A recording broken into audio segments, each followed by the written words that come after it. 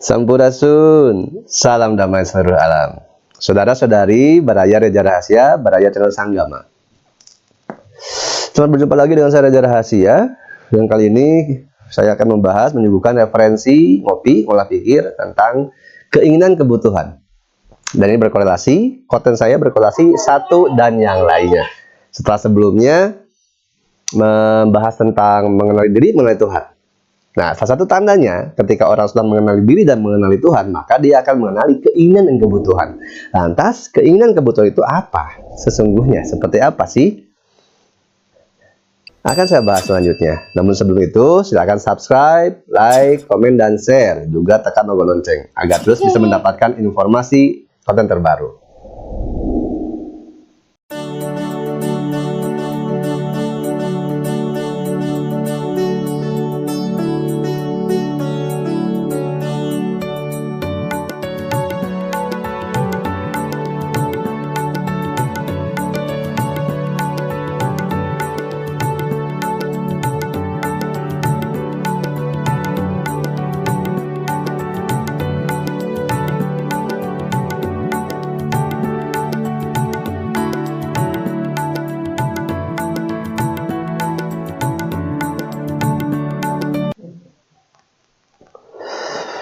Terima kasih saudara-saudari Baraya Reja Rahasia, Baraya Channel Sanggama. Keinginan dan kebutuhan. Ini sebuah kata yang sebetulnya sih ketika dijelaskan atau disampaikan menjadi malah bisa jadi bias gitu. Karena jadi berbeda arti atau makna gitu ya ketika keinginan dan kebutuhan ini kan kalimat atau kata bahasa Indonesia yang dirumuskan dari mengambil beberapa bahasa. Dan bahasa Indonesia ini kan lebih banyak mengambil bahasa-bahasa dari Melayu, ada dari Belanda atau istilah-istilah Melayu, Belanda dan bangsa yang lain. Yang diambil dari bahasa asli lokal jenisnya itu sangat sedikit. Tapi tidak apa-apalah ya. Sebagai contoh, ketika bicara kebutuhan, digunakan dalam kalimat jadi berbeda. Saya membutuhkan uang yang banyak, berbeda dengan saya memerlukan uang. Bahkan kata kebutuhan sering dipakai untuk menyampaikan keperluan.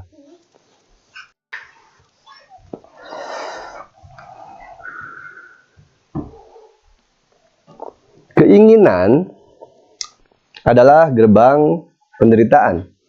Keinginan adalah pintu masuk kesengsaraan dan juga pembuka jalan untuk manusia dalam berkehidupan begitu banyak memiliki kegelisahan, kekhawatiran, ketakutan, lalu tidak pernah meraih ketenangan dan kedamaian.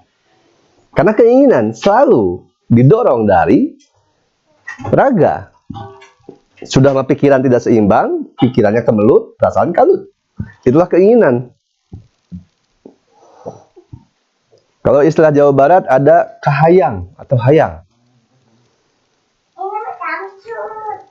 Ada istilah Jawa Barat yang menurut saya keren gitu ya.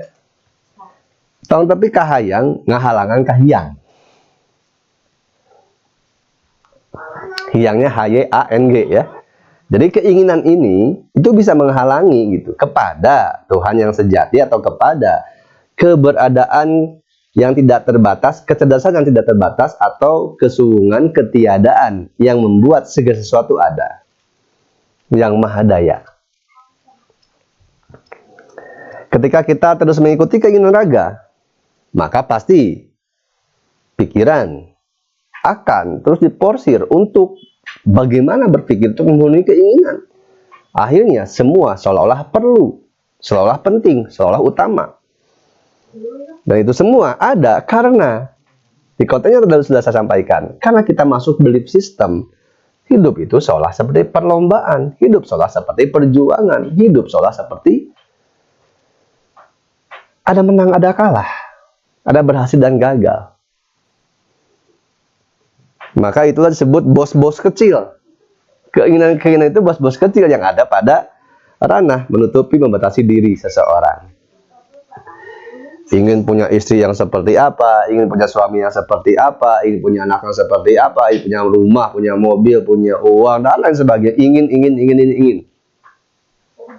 Padahal ketika diraih dan ketika kita melihat fakta, banyak yang memiliki harta yang berlimpah, uang yang banyak, rumah mewah, mobil megah, tapi tidak meraih ketenangan, tidak mendapatkan kedamaian. Maka ketika keinginan itu melibatkan emosional, pikiran, itu menjebak dan menghadirkan penderitaan, permasalahan. Maka ketika melibatkan keperluan utama dan penting, itu sesungguhnya yang diraih adalah keberlimpahan, dan keberlimpahan itu melibatkan semua hal. Setiap manusia memiliki keberlimpahannya, ketenangannya, kedamaiannya. Maka kenali tenang dan damai itu urusannya bukan pada raga, tapi pada perangkat diri yang lebih halus, kepada kasukmaan, kepada jiwa, kepada rasa, kepada pikir, atau istilah dari nama kita ada cipta. Maka ketika ciptanya, dorongannya tepat dari ranah jiwa, maka akan melahirkan karsa atau kehendak yang juga membentuk, mengutuhkan sebuah keutuhan, jadi ketenangan, kedamaian. Maka ada uang, santai, rileks, damai, tenang, bahagia.